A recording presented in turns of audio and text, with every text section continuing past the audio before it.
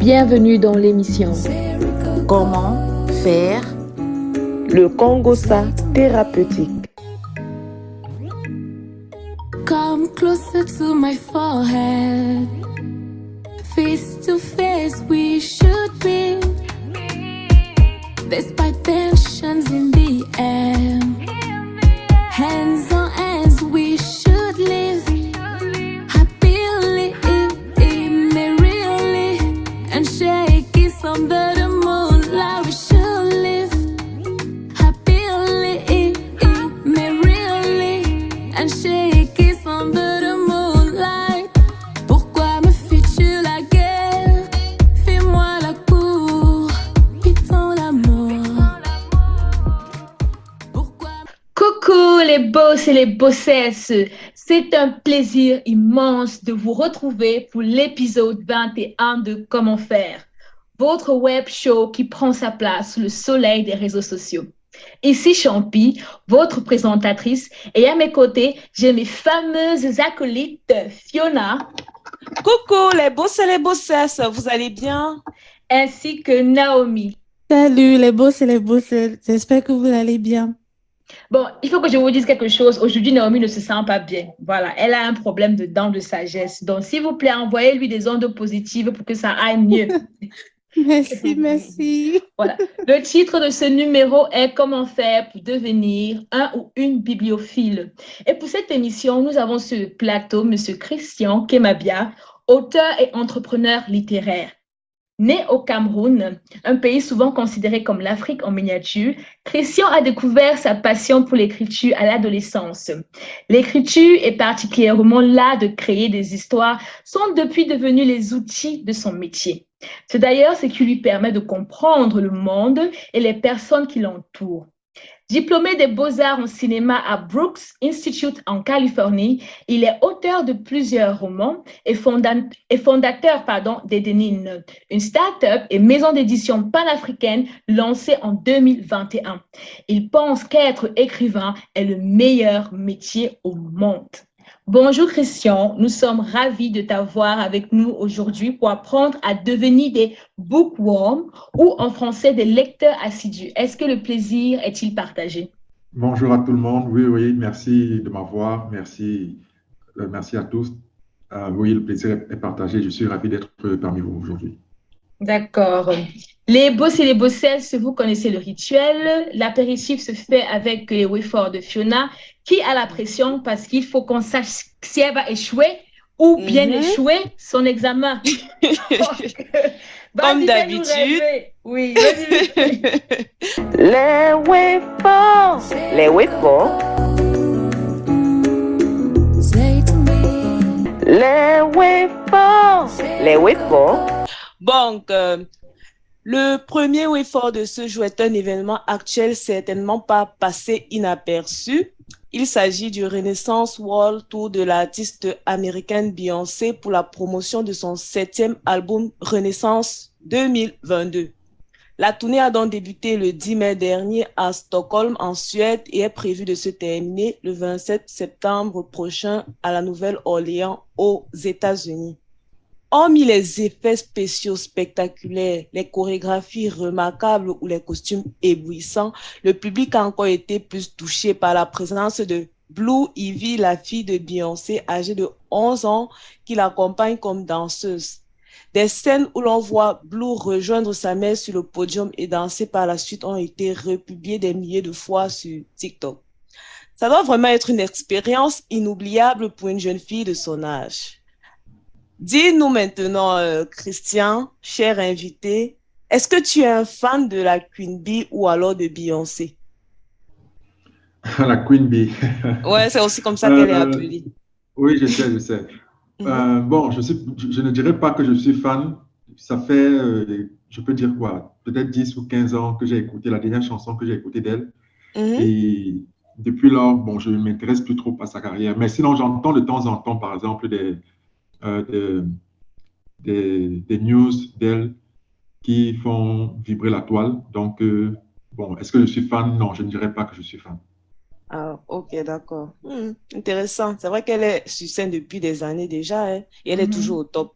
Mm. Et toi alors, Champi, qu'est-ce que toi tu penses d'elle? De Beyoncé.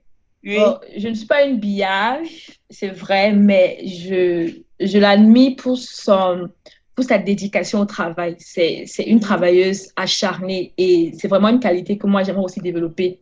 Parce que quand on regarde ses prestations de quand elle était avec les Destiny Child, il y a vraiment une évolution, même au niveau de la voix. Elle a une maîtrise un peu plus de sa voix et il y a une maturité même dans ses prestations, même dans sa façon de chanter. Donc, ça prouve en fait, que la vraie magie, c'est le travail. Donc, voilà. Et par rapport à Blue Ivy aussi, j'ai vu les vidéos sur Oui. Internet, tout le monde était excité. En fait, surtout les Beehive, en Ouais. fait. Oui. Est-ce qu'elle est en train de prendre la relève de maman, et choses comme ça, bon. Mais on a une Beehive sur le plateau, Naomi. Oui, Naomi, bien sûr. Le meilleur pour la fin, Naomi. Ouais. Je sais que Naomi, vraiment, C'est un peu elle est normal. pour les albums. Oui, mais vous savez, je suis malade, donc je peux pas trop parler. Ce que je peux dire, c'est que j'étais trop contente. Déjà pour la tournée européenne. Bref, déjà que son dernier album, c'est le top du top. Donc, j'avais hâte de voir la tournée, même comme je pouvais pas me déplacer pour aller en concert. Mais je suis toutes les vidéos qui sortent dessus. Et aussi pour Blue Ivy, c'était vraiment la surprise générale. J'étais trop contente, je t'assure. Oui, il y a les gens qui disent que oui, elle ne danse pas bien et tout. Mais franchement, au fur et à mesure que je vois les vidéos de la petite, je trouve elle est bien en fait. Pour Oui, une c'est une petite petite fille de son Elle âge, 11 danse comme ans. une petite fille de 11 ans. pour une 11 petite ans. Il fille veut de qu'elle son fasse âge, quoi? oui, elle danse Elle a 11 bien. ans. Oui, Elle a a 11 11 ans. ans, juste 11 ans. Moi, Ah, ok. je pense qu'elle danse bien déjà. Elle Être fait déjà là des scènes, devant, des tournées internationales avec sa mère à mais, 11 ans. mais, Je mais jure, c'est beaucoup. 80 000 personnes. Attendez, Ouais. vas-y, Christian, tu disais. Oui, désolée. Oui, je suis surpris que à 11 ans, elle fasse déjà des tournées internationales avec sa mère. Donc, qu'elle partage la scène avec sa mère. Donc, Oui, c'est oui, très surprenant. Ouais. c'est bien. Elle n'a pas le trac, la peur de la foule et tout ça à cet C'est âge. Parce ça, qu'à cet âge, c'est ça. on est souvent timide. Justement. Au Justement, départ, c'est ça, peut-être, oui. on ressentait dans certaines Oui, vidéos oui, la qu'elle avait un première peu la fois, tu vois, truc, les premières justement, les vidéos, premières oui, fois. Mais après, oui, si elle est habituée, elle se sent oui, bien, elle est c'est à vrai. l'aise et tout. Moi, Donc, je c'est Naomi, tout tu veux as à dit que fait tu dire, parlais pas normal. beaucoup, non? Voilà. Mais depuis mais là, tu attends, peux c'est parler. Beyoncé, désolée. Que C'est c'est Beyoncé. Beyoncé, donc je dois parler quand même. Ok. Ok, c'est quoi la deuxième way for Fiona? Bon. Donc, passons donc au deuxième effort. Donc, c'est toujours vers une chanteuse, plus précisément Aya Nakamura, s'il te Nakamura, plaît. excusez-moi. Ah, Donc, la chanteuse Aya Nakamura a récemment été violemment attaquée par une ancienne chanteuse du nom de Nicoletta lors d'une interview accordée à Télé Loisirs. Selon celle-ci, la musique de Aya est de la vulgarité. Des scènes où Nicoletta se lâche et critique la musique ainsi que les chorégraphies de la jeune femme ont fait le buzz et bien évidemment ont reçu beaucoup de critiques et d'approbation. Selon plusieurs internautes, il s'agit d'une nouvelle preuve de mépris qu'il y a autour de Aya, car ce n'est pas la première fois qu'elle est si violemment critiquée. Néanmoins, tout ceci ne l'empêche pas de poursuivre son chemin et d'être l'artiste la plus écoutée de France avec 2 millions de fans à travers le monde qui la suivent et qui aiment son style musical. Donc, je me tourne maintenant vers vous, mesdemoiselles, et je commence par Champi cette fois-ci. Est-ce que tu as eu écho de cette histoire? Oui, j'ai eu écho de cette histoire et j'ai même aussi vu l'intervention de Anne Roumanoff, la comédienne. Oui, donc, et je pense qu'elle a bien résumé. En fait, Aya Nakamura, je n'ai pas parlé de racisme, mais je pense que ça, en fait, que c'est un peu cette misogynoire qu'il y a parce que on a toujours fait croire que les femmes noires ne pouvaient pas vendre, elles ne pouvaient pas attirer, elles ne pouvaient pas être désirables, elles ne pouvaient pas être un modèle physique parce que le modèle universel qui était imposé, c'était l'eurocentrisme, même au niveau de l'apparence physique. Et on a cette Oui, femme les critères noire de beauté. qui vient veut dire débouter toutes les clichés. Et c'est pas qu'elle a un noir, mais elle est noire ébène, mais vraiment noire ébène. Et en plus, et voilà, et donc aussi, elle ne chante pas en français de Molière, quoi. Elle chante le français que tous les jeunes en France utilisent quand ils s'expriment et un mélange un peu avec l'argot malien et l'argot aussi africain parce qu'il ne cause pas que les Maliens en France. Donc, il y a cette cosmopolitanie, si je peux employer ce terme qui n'existe pas dans le dictionnaire, dans ces paroles et donc forcément, on veut dire les Français profonds de la variété française rejettent cela. Que pourquoi, comment ça se fait que cette dame puisse être autant populaire. Mais tu verras que lorsqu'il y aura les récompenses, là, ils seront bien contents de dire qu'elle est française. Quand il y aura les récompenses, Ouais, on va dire c'est la première non, elle est française. française. Voilà. C'est français. Ouais. Donc, c'est ça. La même chanson. Et toi alors, Christian, qu'est-ce que tu penses de cette histoire? Déjà, encore une fois de plus, je m'excuse parce que je ne connais pas l'artiste en question.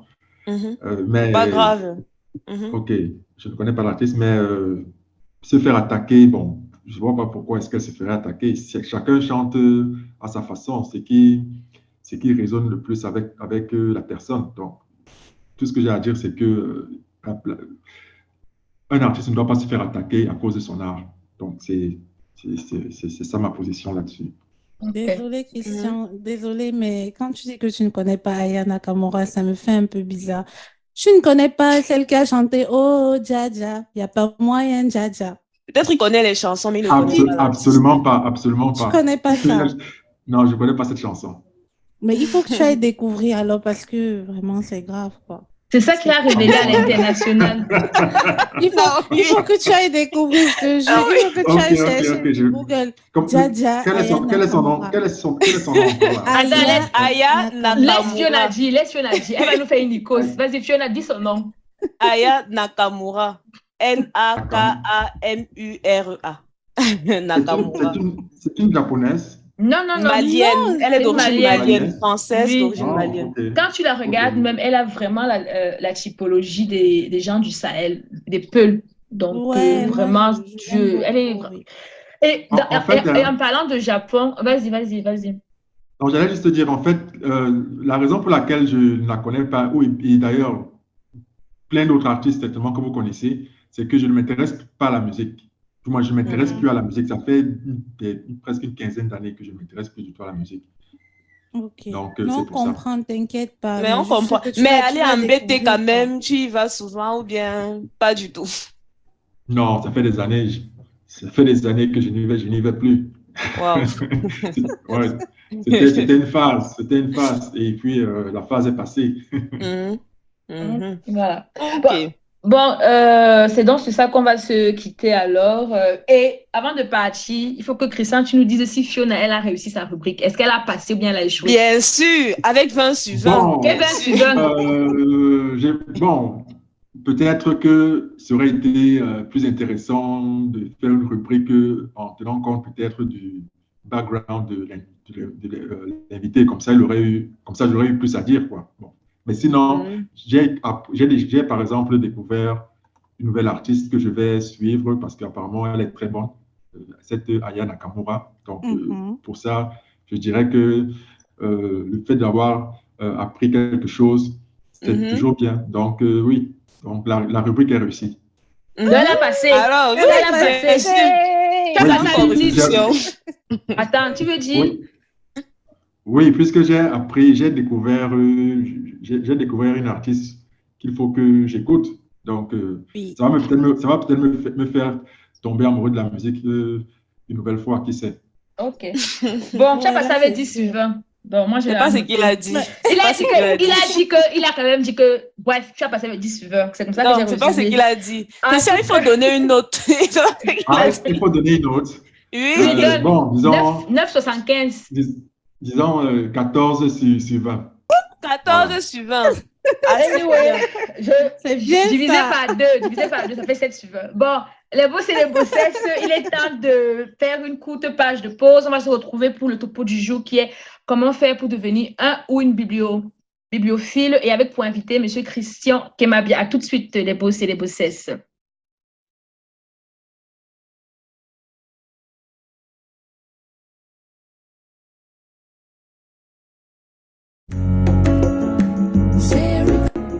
Le topo du jour, c'est maintenant.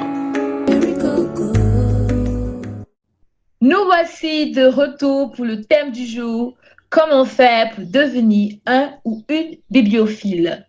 Et comme entrée en matière, il serait peut-être sage ou bien avisé de définir ce qu'on appelle bibliophile. Eh bien, un bibliophile est un amoureux des livres. Il est fier de sa propre bibliothèque, ce qui fait de lui un grand amateur d'ouvrages. Et il est décrit par le Larousse comme une personne qui aime et recherche les livres rares et précieux. Mais c'est surtout, avant tout, un lecteur assidu qui apprécie les livres pour ce qu'il y apprend. Et cette explication nous vient du site www.jettoutcompris.com. Et donc, par curiosité, je voudrais savoir, Christian, quel est le premier livre que tu as lu et quel est le dernier livre que tu as lu? Je ne suis pas sûr, mais disons que c'était Agatha Christie, Dix petits nègres d'Agatha Christie. Parce que je l'ai lu en 4e. Mais je ne pense pas que ce soit vraiment le premier, mais c'est le premier qui me vient à l'esprit. D'accord. Et quel était le dernier livre que tu as lu?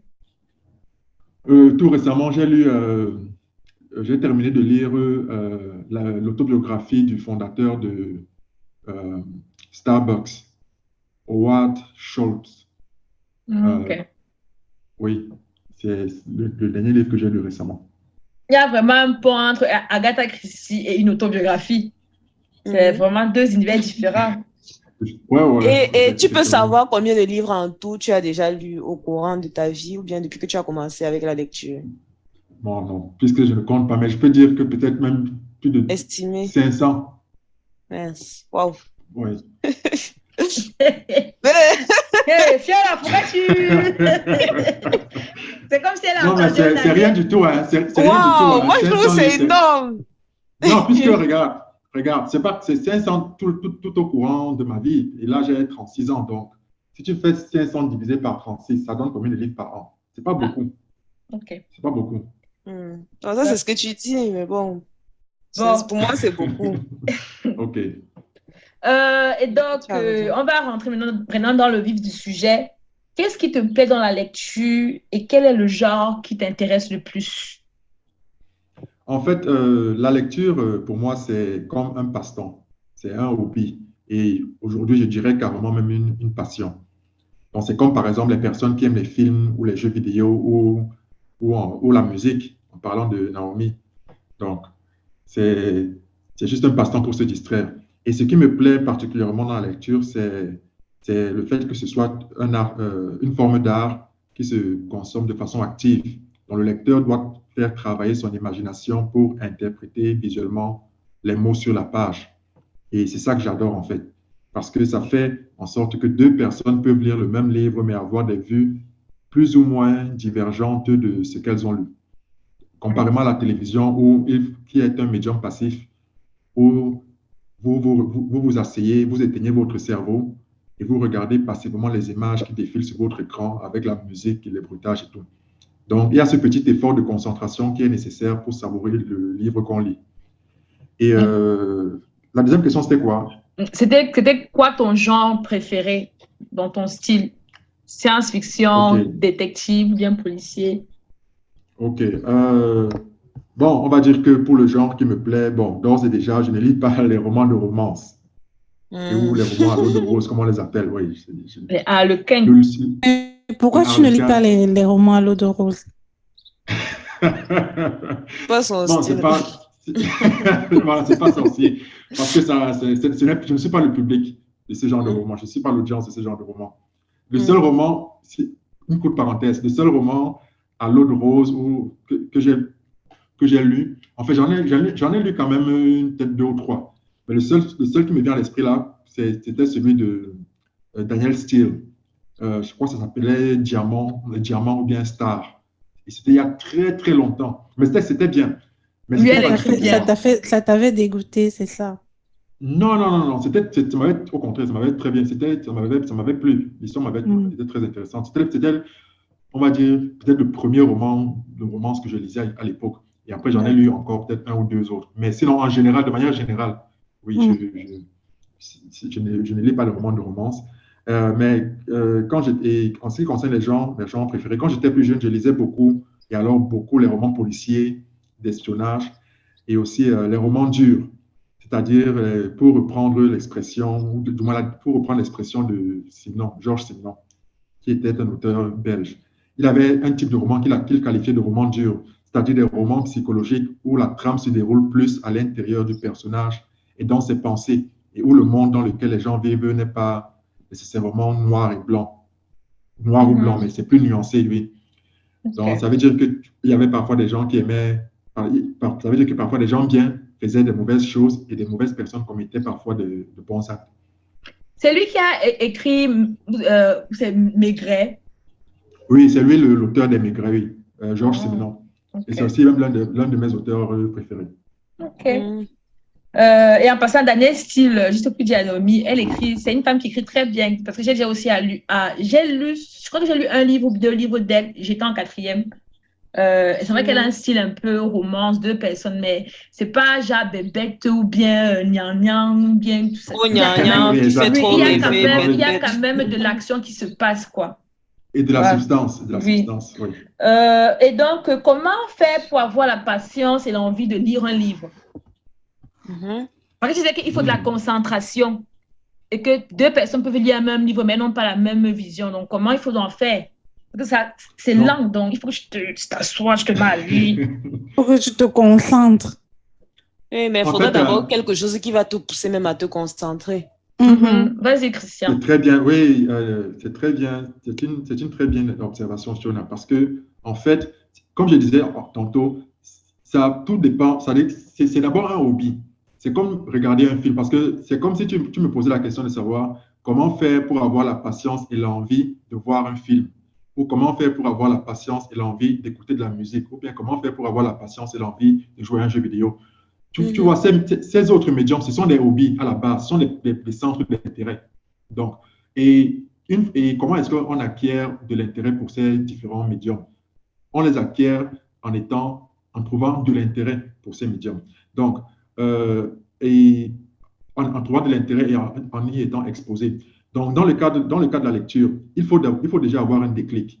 Je vais prendre un exemple, par exemple, hier ou avant-hier, j'ai discuté avec une amie qui est libraire et qui me racontait comment sa sœur, qui a 17 ans, qui n'était pas du tout intéressée par les livres, et récemment, il y a quelque temps, maintenant, elle ne s'en passe plus. Maintenant, elle est constamment en train de harceler sa grande sœur, mon amie, de lui trouver de nouveaux livres parce qu'elle a attrapé la fièvre. Donc, elle a eu son déclic certainement après avoir lu peut-être un livre et puis voilà, elle a immédiatement attrapé la fièvre. Donc, il faut avoir ce déclic et quand on est jeune, il y a plus de chances d'avoir ce déclic parce que les enfants ont l'esprit ouvert. Voilà, ils ont l'esprit ouvert et ils ne sont pas encore calés dans un système de pensée ou une façon d'être. Ils se cherchent encore, si on peut dire ainsi. Donc, si on donne à un enfant un livre ou des livres appropriés pour son âge, bien entendu, sur des genres variés, il ou elle pourra avoir ce déclic assez rapidement. Et franchement, quand on a la fièvre de la lecture, c'est à vie. Donc, pour répondre à la question, comment faire pour avoir la patience et l'envie de lire, je dirais qu'il faut d'abord être exposé au type de lecture qui, on va dire, qui s'y avec notre personnalité, ce qu'on aime.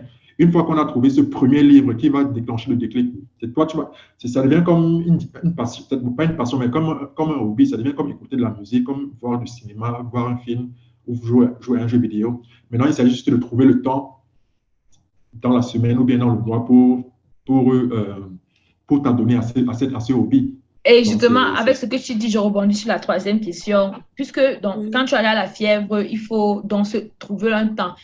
Donc, est-ce que ça veut dire qu'il y a une discipline à développer pour pouvoir lire, pour pouvoir entretenir? En fait, la question, c'est comment développer une discipline qui aide soi-même à lire quand tu as trouvé la fièvre. Oui, je comprends la question. Et je ne pense pas qu'il y ait une discipline nécessairement. Je ne pense pas qu'il faille une discipline pour développer sa culture de la lecture. Certaines personnes, par exemple, aiment lire le matin, très tôt le matin, et d'autres dans la nuit avant de s'endormir. Mais la question, je la trouve un peu amusante parce que, encore une fois de plus, c'est comme si on disait comment développer la discipline qui est d'avoir des films ou à suivre de la musique ou la discipline qui aide à jouer à des jeux vidéo. Donc, une fois qu'on a compris que c'est un hobby et que pour toute chose, il faut donner du temps à toute chose. Par exemple, si on aime la musique, on va trouver du temps pour écouter de la musique. Si on aime voir les cinémas, on va trouver du temps pour ça. De la même façon, si on prend la lecture comme un hobby, on va simplement trouver du temps pour ça. Peu importe l'heure à laquelle on est, il y a des personnes, par exemple, qui prennent une journée de la semaine, notamment les dimanches. Ils disent que, OK, ça c'est ce que je faisais aussi avant. Je prenais parfois les dimanches pour dire que, OK, je vais passer toute la journée, peut-être 2 ou 3 heures à lire, tout un tas de choses. Bon, maintenant, j'essaie de trouver du temps durant la semaine. Donc, quand j'ai peut-être 30 minutes ici, 1 heure ici, j'essaie de meubler ce temps par la lecture. Parce que c'est un hobby, j'aurais pu utiliser ce temps, par exemple, pour voir un film ou bien pour faire autre chose, quoi. Donc, pour toi, tes 30 minutes là, ça te permet de te détendre en lisant. Donc, c'est vraiment comme un hobby, ta distraction. Oui. OK.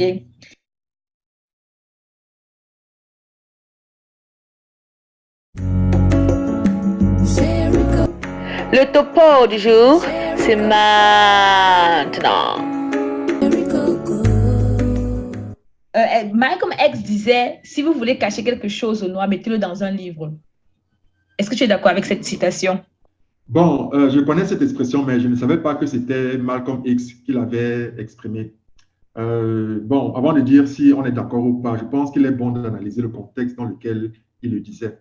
Parce qu'il faut savoir que Malcolm X est né dans les années 20, si je ne dis pas de bêtises. Et je crois qu'il est mort dans les années 60, parce que je sais qu'il est mort avant Martin Luther King, qui a été assassiné en 1968.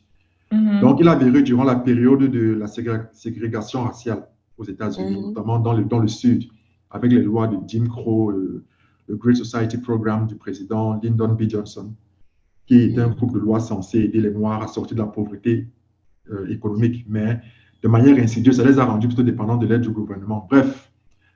Tu es vraiment cultivé, entre parenthèses. Je trouve que tu es très cultivé. Les livres, voilà. Les livres, voilà.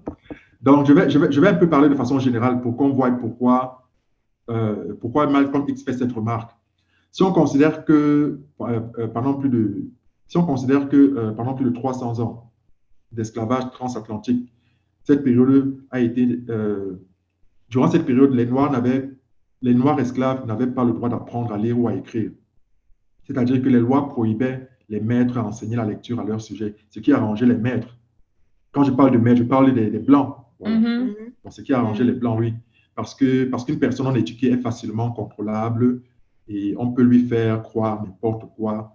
On peut lui faire croire n'importe quoi, que c'est sa nature de trembler et de souffrir parce qu'elle est un être inférieur à peine au-dessus de la fourmi. Donc, voilà. Donc, durant 300 ans, on interdisait carrément aux Noirs d'apprendre à lire ou à écrire. Et quand bien même l'esclavage fut aboli et que le système qui a suivi avait pour pilier la ségrégation raciale, où les Noirs d'Amérique n'avaient pas la même éducation, les mêmes accès aux bonnes écoles que les Blancs, et parce que la plupart vivaient dans les taudis ou les endroits défavorisés, on peut comprendre que cela, donc les Noirs de cette période-là vont se tourner vers le crime pour s'en sortir que vers les études. Et c'est peut-être pour ça que Malcolm X fait cette remarque en disant que si on veut cacher quelque chose aux Noirs, il faut le mettre dans un livre parce qu'il se rend compte que dans sa communauté, les Noirs sont peut-être plus prônes à faire de la violence, à commettre des crimes et tout ça. Donc, je pense que c'est peut-être dans ce contexte qu'il le disait. Donc maintenant, si le ton de cette remarque est la condamnation des Noirs, je ne peux pas dire que je suis trop d'accord, mais si c'est juste pour faire un constat, oui, je peux dire oui, c'était effectivement le cas parce que oui, je ne peux qu'être que d'accord parce que afin de soigner un mal, il faut d'abord l'identifier. Bon, maintenant, vous pouvez peut-être répondre en disant que bon, il a dit ça dans les années 50 ou 60, mais nous sommes en 2023. Et le constat peut être toujours plus ou moins le même. Et qu'est-ce qui peut expliquer ça? Parce que Youssoupha, je pense... Attends, s'il te plaît. Parce que je pense aussi que Youssoupha, dans une de ses chansons, avait repris la même chose. Pas la même phrase, mais qui sous-entendait cela, si je ne me trompe pas. Oui, que les Noirs ne lisent pas. Oui, moi aussi, j'ai entendu parler de ça plusieurs fois. Et franchement, je ne suis pas tellement d'accord, mais bon. Oui, donc je pense que il y a peut-être des répercussions de cette remarque qui sont visibles de nos jours. Et j'ai une petite théorie là-dessus. Moi, j'ai une petite théorie de ce qui peut expliquer la raison pour laquelle c'est tellement, euh, euh, du moins, on a l'impression que les Noirs ne lisent pas. Bon, je vais faire une généralisation en parlant des États. Parce que là, maintenant, je vais parler plutôt des États africains, non Oui, plus des il faut Noirs que ce américains. soit un peu plus Ouais. court parce qu'il faut qu'on progresse. Vas-y. OK. Donc, on a souvent tendance à oublier que nos États sont jeunes depuis qu'elles ont eu leur autonomie entre leurs mains. Bon, même comme jusque-là, c'est pas vraiment ça, parce qu'il faut, si on doit vraiment regarder, on verra qu'on n'est pas libre à 100%. Mais bon, c'est un autre débat. Mais le point que je veux souligner, c'est que nos États sont plus ou moins jeunes et beaucoup ont eu leur indépendance dans les années 60. Donc, en 2023, on a environ 60 ans d'existence. Donc, voilà le résultat que nous on vit aujourd'hui. Donc, un pays comme les États-Unis, par exemple, a eu son indépendance en 1776. Bon, quand on voit les États-Unis, juste après son indépendance, leurs différentes institutions et industries n'ont pas vu le jour immédiatement, ça a pris du temps. Et eux aussi ont connu leur épopée sanglante de désordre, de corruption, de malgouvernance et autres. D'illettrisme Donc, même. voilà, d'illettrisme aussi, voilà. Donc, l'industrie du livre, par exemple, a réellement commencé à prendre son essor le siècle d'après, dans les années 1800, avec les entrepreneurs comme Frank Munsey, qui est né en 1850, juste pour que vous ayez un point de référence, et qui est mort en 1925. Et lui, Frank Munsey, est considéré comme le père de l'industrie des romans et magazines pulp. Ce sont des romans faits avec des pâtes à papier pour l'époque, et dont l'écriture était considérée comme médiocre par les snobs. Mais les innovations de Frank Munsey ont permis la production massive des livres à des prix hyper moins chers et destinés à la classe ouvrière, car c'était les élites à l'époque qui lisaient. Donc, c'est par lui, en fait, que le mouvement de lecture générale prend vie. Donc, nous sommes déjà dans les années 1900. Donc, c'est pour dire quoi? C'est pour dire que il a popularisé ce médium et il y a certainement plusieurs facteurs qui ont fait que la classe ouvrière soit intéressée par la lecture à ce moment, par ce catalyseur. Mais l'industrie a pris son envol par lui. Donc, en Afrique, nous sommes également dans une phase sombre, désespérante, décadente même de notre histoire. Mais nous allons transiter, vers une phase plus prospère et glorieuse. Une apogée, comme tous les autres pays. Tu voulais dire quelque chose, Fiona? Oui, je voulais demander, bon, justement, toi qui es présentement au Cameroun et qui vis au Cameroun, est-ce que toi, tu trouves qu'il y a évolution dans ce sens-là? Peut-être avec la création de bibliothèques ou bien, je sais pas. Est-ce que tu penses qu'il y a vraiment évolution? Une courte réponse, oui, parce qu'il reste 2 questions. OK. Oui, au Cameroun, oui, je dirais que les parents sont de plus en plus conscients du fait qu'il faille, peut-être pas pour eux, mais pour leurs enfants, oui. C'est-à-dire qu'ils sont conscients du fait que leurs enfants doivent immédiatement s'intéresser de plus à la lecture que aux outils technologiques comme le téléphone et les jeux et autres. OK. Bon, maintenant, parlons un peu de ton petit côté entrepreneur, littéraire. Tu t'es lancé dans la promotion des livres jeunesse. Comme tu le dis, actuellement au Cameroun, les parents sont un peu plus intéressés à la lecture pour leurs enfants. Donc, est-ce que ça fait partie de ta stratégie, le fait que la littérature jeunesse rapporte plus ou bien que la littérature adulte? Est-ce que c'est à cause de cette destination, de cette vision des parents qui veulent embourber leurs enfants dans les habitudes de lecture? Oui et non. Du moins, oui, parce que bon, c'est une question de stratégie en fait. Bon, j'ai estimé que notre génération qui a grandi avec plein de blocus dans l'esprit concernant la lecture, parce que quand on dit lecture, pour notre génération, on a souvent tendance, ça a une connotation un peu négative, parce qu'on a peut-être tendance à penser à l'école, je ne sais pas, au lycée, voilà, donc c'est une tendance négative. Donc, par contre, les parents qui sont nous aujourd'hui, nous voulons casser ce blocus pour nos enfants. Donc, c'était la raison pour laquelle je me suis dit qu'il faut commencer par intéresser les enfants, sachant qu'ils seront plus réceptifs à cela. Parce que si tu écris des histoires pour les adultes, donc pour les gens de notre tranche d'âge, ce ne sera pas trop évident parce que, bon, ils sont déjà, Cause perdue. Dans une cause perdue, voilà. OK. Et donc, quelle est donc la mission de ta maison d'édition Edenen? C'est quoi sa mission? Bon, à Edenin, nous croyons en deux choses. Si vous avez une paire d'yeux, alors vous êtes un lecteur ou une lectrice. Et pour nous, un lecteur ou une lectrice, c'est quelqu'un qui a la capacité de changer sa situation pour le mieux. Parce que de façon générale, un lecteur ou une lectrice finit toujours ce qu'il ou elle commence. Donc, fondamentalement, la mission d'Edenin est de captiver le monde avec des histoires d'origine africaine. OK. Mais quand tu dis si vous avez une une paire d'yeux, donc Oui. ça veut dire que les aveugles sont alors exclus? Non, les aveugles ont des yeux, n'est-ce pas? Mais ont des ils ne yeux voient pas. handicapés, pardon, oui, ils ne voient pas. Mais ils ont tout un système ils ont un L'écriture système de braille. lecture et d'écriture braille. Quand je dis que Oui. vous avez une paire d'yeux, c'est une façon de dire que si vous êtes une personne, c'est tout. Si vous êtes un être humain, vous êtes un lecteur. Parce que vous avez. J'espère que tout le monde comprendra ça comme ça. Et ceux qui comprennent ça autrement, c'est la controverse qu'ils cherchent. C'est pas la polémique. Il n'y a rien de polémique là-dedans. Et donc. Et j'allais juste non, rapidement vas-y. ajouter, si c'est possible, Vas-y. que au-delà même du livre, en fait, ce que Edenin propose, Edenin qui est le nom de l'entreprise, ce que Edenin propose, en fait, c'est le concept du rêve africain. Et nous voulons dire à tout le monde, et surtout aux Africains, où qu'ils soient, que le rêve africain existe bel et bien. Et pour nous, le rêve africain, c'est simplement trouver son bonheur, la réussite et sa vocation ici même sur le continent. Donc voilà, on va s'atteler à vendre et vulgariser ce concept du rêve africain tel que défini pour changer les esprits, quoi. Et le rêve africain doit aussi pouvoir être exportable, comme le rêve américain est exportable. Par exemple, je vais dire, Tout à fait, en France, tout à fait. les gens sont tellement impressionnés, obsédés par les Américains. Ils ont des adjectifs en disant « Ah, c'est comme, bien, elle a fait à l'américaine. » Et ça, c'est un compliment, en fait. Parce que justement, ils ont su vendre leur culture. Donc, j'imagine que pour toi aussi, le rêve africain, ce serait que peut-être en Inde, demain, ou même peut-être, pourquoi pas en France, on puisse parler du rêve africain, on dirait qu'elle a fait à l'africaine, mais que ce ne soit plus péjoratif, mais plutôt un compliment.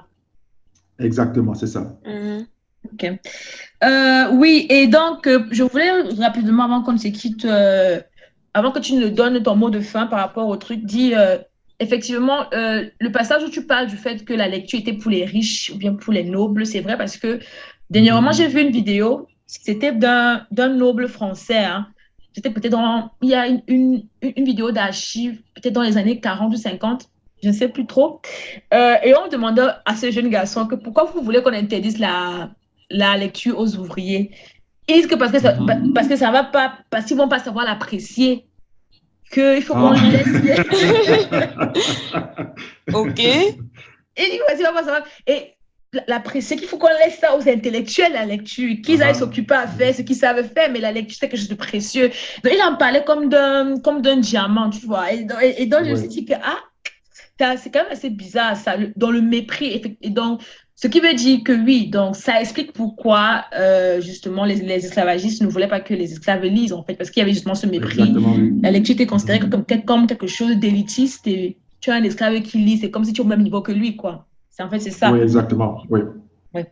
Et donc, quel est le dernier mot que tu voudrais donner au boss ou bossesse par rapport à la lecture ou bien par rapport à Edenin? Tu as le mot de fin. Je vais juste te dire que il faut prendre la lecture comme un hobby. C'est tout simplement ça. Il n'y a pas de quelque chose de magique là-dessus. C'est simplement développer ça comme un hobby. Et puis, une fois qu'on accepte que c'est un hobby et non pas quelque chose qui nécessite, par exemple, la discipline ou je ne sais quoi d'autre, ça devient facile à adopter cela comme un style de vie, quoi. D'accord. OK, on va essayer. Et voilà, et aussi, ça, j'ai oublié de le mentionner durant la présentation d'Edenin, mais il est également important pour nous de faire en sorte qu'un de nos auteurs, on va dire c'est un objectif à long terme. Peut-être personne d'entre nous ne sera même là pour le voir, mais il est important que nous ayons un auteur noir qui fasse partie de la liste des auteurs de fiction les plus vendus au monde, avec pour ticket d'entrée 100 millions de livres vendus. Parce que Hmm. sur la liste, si vous faites une recherche Google, vous allez vous rendre compte que la liste des 100 auteurs les plus vendus au monde, il n'y a pas de noirs, même pas de noirs américains. Le seul africain sur la liste, c'était Wilbur Smith. C'était un Sud-Africain, mais c'était un blanc. Donc, moi, je parle Hmm. ici d'avoir un Africain, un noir africain, Ouais. ou un noir américain ou un noir africain sur la liste.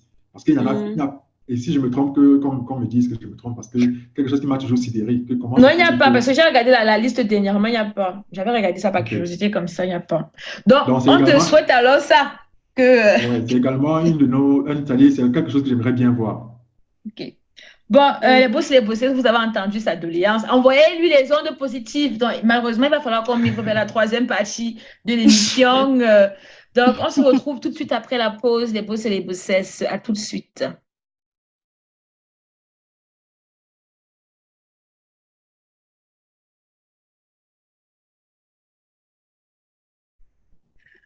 Chers boss et bossesses, nous voici de retour pour la dernière partie de l'émission.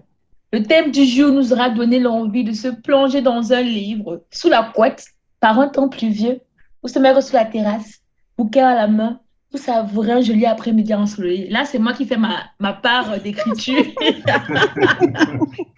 C'est très Oui, bien, c'est très bien. merci. Oui, Christian, tu me disais pendant la pub que tu voulais demander quelque chose à mes acolytes. Vas-y. Merci. Je voulais savoir si parmi vous, il y avait des lectrices. Des fois, je lis, ça m'arrive de lire, d'aller à la FNAC et d'acheter quelques livres.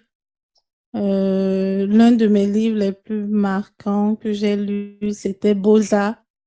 Je crois Mhm. que vous connaissez ça. C'est un jeune Camerounais qui a écrit, je ne me rappelle plus de son nom. Je crois que j'ai lu un livre là. J'ai lu beaucoup plus des livres sur le développement personnel en fait. J'aime lire les livres qui ont trait Mhm. au développement personnel ou bien l'entrepreneuriat. En général, j'aime lire parce que je sais que ça va m'apporter quelque chose. Et dans le Mhm. dernier livre que j'ai lu, ça s'appelait Les cinq blessures qui empêchent d'être soi-même, quelque chose comme ça, de Lise Bourbeau.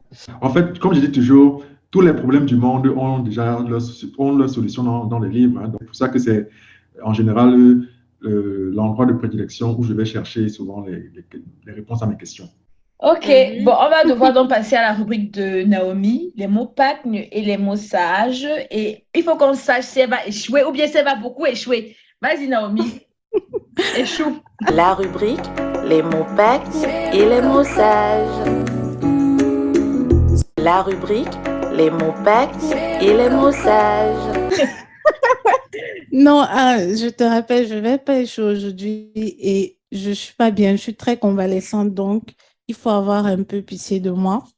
Mais j'ai trouvé un bon sujet, ça parle des chauves. Est-ce que vous savez qu'il y a des associations pour les chauves? J'ai Hmm. Non. découvert, ouais, j'imagine vous ne savez Non. pas, donc j'ai découvert ça et ça existe en France et en Belgique. Leur devise est chauve oui, chauvin non. Hmm. Ok. Et Oui, Chauvin, ok, bon, vas-y. oui, chauvin non. L'histoire commence en France en 1957 avec Monsieur Robert Guegan, qui est un coiffeur qui lui aussi, il est chauve et qui a eu l'idée de fonder une association pour les chauves, donc pour ses confrères. Et chaque Mhm. année, ils se réunissent à Villechauve, qui est une ville en France. Et la ville, en fait, bon, c'est devenu la commune d'honneur de l'Association des chauves de France. Et là-bas, ils intronisent les nouveaux membres. Et donc, chaque Mhm. nouveau membre fait un serment, donc il prête serment. Le serment consiste à jurer publiquement sur une boule de billard de ne jamais porter atteinte à sa calvitie et de la recouvrir, soit oui, et de recourir soit à une lotion miracle contre la chute de cheveux, soit à la recouvrir d'une moumoute ou à recourir à une technique d'implant capillaire. Est-ce que vous connaissez des personnes chauves dans votre entourage? Si oui, vous pouvez leur dire que ils peuvent intégrer l'association parce qu'elle est ouverte à toutes les nationalités. Donc là-bas, ils sont vraiment ouverts à tout. Du moment où tu commences à avoir la perte de cheveux, là, c'est bon, voilà, ils te prennent dans l'association et ils t'apprennent à accepter ta calvitie Et avec Christian, la qu'est-ce que bonne ça humeur. t'inspire? Ah, déjà, Christian, Ouais. est-ce que tu as la calvitie? Non, pas encore, pas encore. Ok, Mais je sais ok, que d'accord. c'est un mal profond qui affecte la grande majorité des hommes. Donc, je m'attends à Mhm. cela. Mais je Et ne vais toi, pas, mais je vais pas rejoindre un club, par contre. Je ne rejoindrai pas un club, par contre. et toi, Fiona? Ouais. Créer un club, bon, je ne te recommanderais pas. Calvitie, bon, ouais, c'est peut-être un mal profond, comme Christian l'a dit, mais c'est pas aussi grave que ça. Ce n'est que le processus de développement naturel des êtres humains. Oui, oui, Donc, tout mais à bon, fait. chacun sa devise. Et s'ils sont heureux quand ils font ça, c'est que c'est bien pour eux. Mais moi, non, je vais recommander personne. Moi, je trouve que c'est un peu Oui. loufoque. En fait, peut-être que c'est un moyen pour eux de de s'habituer ou bien de ne pas s'alarmer par rapport à leur calvitie. Peut-être c'est pour ça qu'ils tournent ça en dérision comme ça. Mhm. Il y a, si je peux m'avancer, il y a la calvitie et l'apparition de la barbe blanche, qui sont des rappels de notre mortalité. Donc, Hmm. quand la calvitie se manifeste, ou bien quand on commence à avoir nos premiers cheveux blancs, on commence à paniquer parce que ça nous rappelle que, tiens, nous sommes en train de partir. C'est vrai. Nous sommes en train Oui, de partir. Donc, c'est ça qui crée mais vraiment, ouais.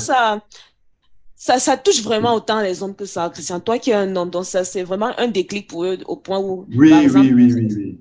c'est parfois d'avoir Un un club et déclic. tout ça. Comme les Wow, moi, je Ivoiriens savais disent pas. Yako, Yako. Ok, c'est quoi Bon, les mots sages? Je vais revenir un peu dessus. Pourtant, je trouve, je sais que je ne suis pas la seule à trouver, mais les hommes chauves, je trouve qu'ils ont un certain charme. Ah, c'est ton oui, choix. bon. C'est S'il ton vous goût. plaît, dites-moi. Non, c'est pas que c'est mon goût, mais moi, je trouve qu'ils ont un certain charme. Et donc, je me dis, faut pas, voilà, même si Les quelqu'un, stigmatiser. voilà, même si quelqu'un s'appelle de cheveux, il faut pas qu'il voie ça, tu vois, ils prennent ça mal parce qu'il y a des femmes Ouais, qui aiment bien ça. ouais, c'est Ok, vrai, les c'est mots vrai. sages. Ok, les mots sages, j'ai déniché une citation de Daniel Fondanesh qui est: choisir de lire relève de la volonté, mais si la lecture que l'on m'impose n'a pas d'attrait pour moi, la lecture ne m'apportera pas le moindre plaisir. Elle se résumera à un pensum et elle ne suscitera pas un effort de mémorisation. Sitôt lu, sitôt oublié. Point fermé les guillemets. Qu'est-ce que vous en pensez de cette citation? Bon, Christian. Moi, non, je non, n'ai non, pas non, bien on ne compris. commence pas par Christian parce que voilà, on le laisse un peu le temps on laisse le temps de réfléchir un peu. On va commencer par Fiona, Et qui moi, est je la disais que j'ai pas bien littéraire. compris. J'ai eu un Ok, problème de connexion. C'est c'est ça qui c'est peut pas un moment. grave. Voilà, je vais reprendre. Choisir de D'accord, merci. lire relève de la volonté, mais si la lecture que l'on m'impose n'a pas d'attrait pour moi, la lecture ne m'apportera pas le moindre plaisir. Elle se résumera à un pensum et elle ne suscitera pas un effort de mémorisation. Sitôt lu, sitôt oublié. Hmm. Wow, la citation est tellement longue et j'ai du mal à bien comprendre. Mais tu es notre littéraire, donc. Oui, mais j'ai besoin de bien comprendre, en fait, de me mettre à la place de l'auteur pour comprendre. Est-ce que tu peux encore... En gros, elle dit que Oui, si pour elle, il n'a pas d'intérêt, ça ne vaut pas la peine parce qu'elle ne va pas retenir ce qu'elle aura lu. C'est ça, en fait, ce qu'elle est en train de dire. Aussitôt lu, aussitôt oublié. ok, d'accord. Christian, qu'est-ce que tu en penses de la Ouais. citation? Je suis tout à fait en harmonie avec cette citation parce que je dis toujours, il ne faut pas se forcer. Donc, juste parce que je reviens encore sur l'exemple, par exemple, des films. Juste parce que quelqu'un est un cinéphile, c'est-à-dire quelqu'un aime voir les films, ne veut pas dire qu'il va voir tout et n'importe quoi. Il aura des préférences, sans doute, sur le type de film qu'il veut voir. Donc, si quelqu'un est un bibliophile, je crois que c'est ce qu'on dit, il aura des préférences pour certains types de livres. Donc, si quelqu'un doit se forcer, par exemple, moi, je ne me force jamais à lire un livre. Hein. Si je commence à lire un livre, peut-être après les 30 premières pages, ça m'inspire rien, ça me dit pas, je laisse tomber. Et puis, je passe à autre chose. Donc, on ne se force pas parce que ça doit être un plaisir. C'est un moment de détente et de repos. Donc, ça doit pas être, on ne doit pas se forcer. Et toi, Fiona, pour Ça doit conclure? être une corvée. En fait, moi, je vais dire que ça dépend. Hein. Je ne suis pas totalement d'accord avec toi, Christian. Je pense en fait qu'il y a des gens qui se forcent réellement pour lire. Parce que justement, comme tu l'as dit, il y a beaucoup de choses qu'on découvre dans les livres. Il faut parfois apprendre certaines choses à travers les auteurs ou bien les gens qui ont vécu. Et c'est dans les livres. Donc, parfois, on est contraint de lire parce qu'on veut apprendre quelque chose. Et lorsqu'on fait cela, on retient parce qu'on avait cette volonté juste d'apprendre. Mais après, c'est pas forcément par passion, c'est juste comme une contrainte. Donc, du genre, c'est une tâche lourde à faire, mais qu'il faut faire. Par nécessité. Donc, tu veux dire la lecture par nécessité? Oui, par nécessité. Oui, je vois. Ça. OK. Moi, je parle beaucoup plus de lecture récréative, en fait. OK, mais je comprends ton point. Oui, lecture par nécessité, oui. OK. Bon, est-ce qu'on va dire que, bon, si c'est pour avoir mon avis, je suis d'accord avec Christian Emmanuel là, donc, et donc l'auteur, c'est-à-dire qu'il faut lire quelque chose qui va t'intéresser, il faut qu'il y ait un intérêt. L'intérêt peut-être que tu veux apprendre quelque chose et forcément, la lecture que tu vas faire ne va pas forcément te stimuler, mais tu vas voir qu'à la fin, tu vas gagner quelque chose. Comme tu peux aussi lire parce que tu veux te détendre, donc moi je suis entre les deux. Voilà. Donc, est-ce que Naomi a passé sa rubrique, Christian? Parce qu'il faut qu'on avance. Oui, c'était une très bonne citation. Oui, très, très bonne citation. Très pertinente. Elle a échoué. Tu donnes combien de moyenne? C'est sur combien sur 10? Hein? Non, sur 20. 9 sur 10. Alors, 18. 18 sur 20. Tu as 9 sur 20. Tu as 9 sur 20. Moi, tu donnes 9 sur 10. Je disais pas 2. Bon, il est temps de passer à la rubrique Wandaillance. La rubrique Wandaillance.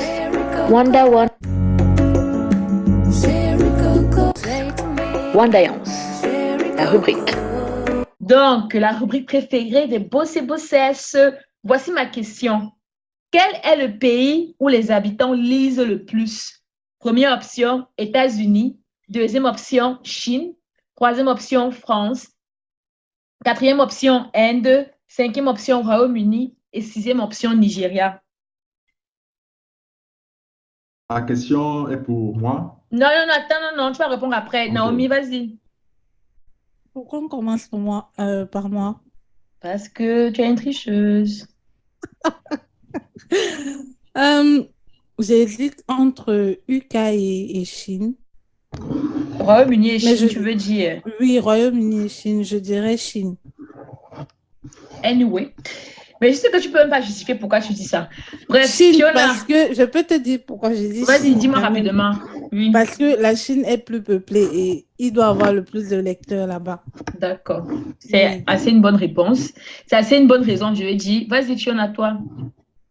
Inde. Et pourquoi tu dis Inde?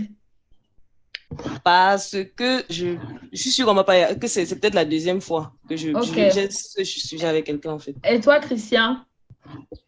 Je suis un peu partagé entre les États-Unis et la Chine, mais ce n'est pas pour des raisons de nombre de population, mais beaucoup plus pour le chiffre de vente de livres. Oui, que l'industrie génère dans ces pays. Parce que je sais qu'aux États-Unis, c'est 24 milliards, entre 12 et 24 milliards par an, le chiffre généré par l'industrie littéraire. Bon, en Chine, je ne sais pas, mais je suppose que ça doit également être énorme parce qu'ils sont nombreux. Donc. Mais je vais dire les États-Unis parce que je ne connais pas le chiffre de la Chine. Je vais dire les États-Unis. OK. Bon. Peut-être tu peux changer ou prendre peut-être la Chine. Tu n'as même pas honte. Tu n'as même pas honte. Non, ça va, il reste l'Inde, pardon. Tu n'as même pas honte. Donc, parce que les Chinois et les Japonais écrivent beaucoup des livres, donc j'imagine qu'ils lisent aussi beaucoup. Bon, la réponse était, vous avez raté. Naomi, tu as raté. Christian, tu as raté. Fiona, tu as raté. La réponse, c'était l'Inde. L'Inde est le pays dans lequel on lit le plus. Donc... Non, mais j'avais trouvé. Tu n'es même pas d'accord pour qu'elle change. La Chine. Tu as dit que tu prenais la Chine. Tu as pris la Chine. Donc, elle a dit qu'elle prenait l'Inde. Mais quand tu disais que tu veux changer, c'est bon, c'est mort. Je ne connais pas ta réponse. Souvent, quand on change, tu refuses. Oui, justement. Tu as changé.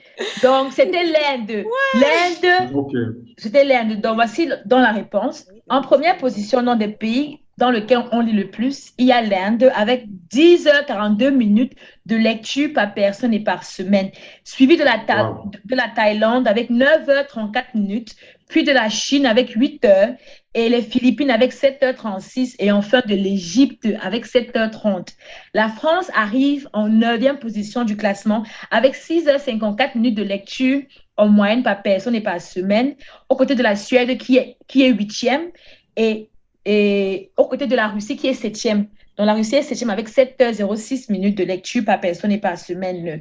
L'Afrique du Sud est 15e avec 6h18. La moyenne mondiale est fixée à 6,5 heures. Ça, c'est la moyenne mondiale. Et donc, les États-Unis sont en bas du classement. Ils sont 23e avec 5h42 de lecture par semaine et par personne. L'Italie est 24e avec 5h36. La Grande-Bretagne est 26e avec 5h18. Taïwan est 28e avec 5 heures. Le Japon est 29e avec 4h06. Et la Corée est 30e avec 3h06. Donc, la Corée est la dernière du classement. Voilà. Et l'étude compare également la consommation des médias dans le monde. Et en effet, certains pays ayant obtenu les scores les plus faibles en matière de lecture hebdomadaire se retrouvent être les plus gros consommateurs de télévision, radio et Internet.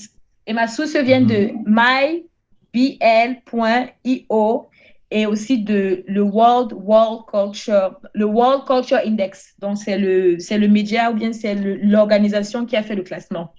Donc, voilà. Sur quoi est-ce qu'ils se basent pour faire le classement? Comment est-ce qu'ils, si bien qu'ils sont aussi pointilleux sur les heures et les minutes? Ils ont leur façon de calculer cela. Moi, j'étais surprise de voir que c'était là, parce que moi, j'aurais plutôt pensé peut-être que c'était les États-Unis ou bien l'Angleterre, comme ils ont ce petit côté élitiste, mais j'étais surprise de voir que c'est l'Inde. Surtout que dans ces pays, l'industrie génère énormément d'argent. Donc, oui, on parle de milliards de dollars. Moi, ça me surprend également. C'est intéressant comme analyse. OK. Bon, on va devoir se quitter. Ceci est dans la fin de notre émission. Mais avant de partir, vous pouvez retrouver M. Christian Kimabia sur son site web qui est edenen.co ou bien par email au hello@edenen.co ou bien par Instagram @edenenofficial, donc en un mot, ou bien sur Facebook sur Edenen. Et Edenen s'écrit EDENIN. Donc voilà. On va se dire alors au revoir. Mes remerciements vont à mes acolytes Naomi et Fiona. Merci encore à toi, Christian, pour ton temps et ton expertise. J'espère que tu as aimé faire l'émission avec nous. Oui, ce fut un plaisir. Merci. Merci à la RCF Bruxelles et enfin merci aux boss et bossesses pour l'écoute. On est ensemble. Ciao. Bye bye les boss et les bossesses. Bye bye les boss et les bossesses.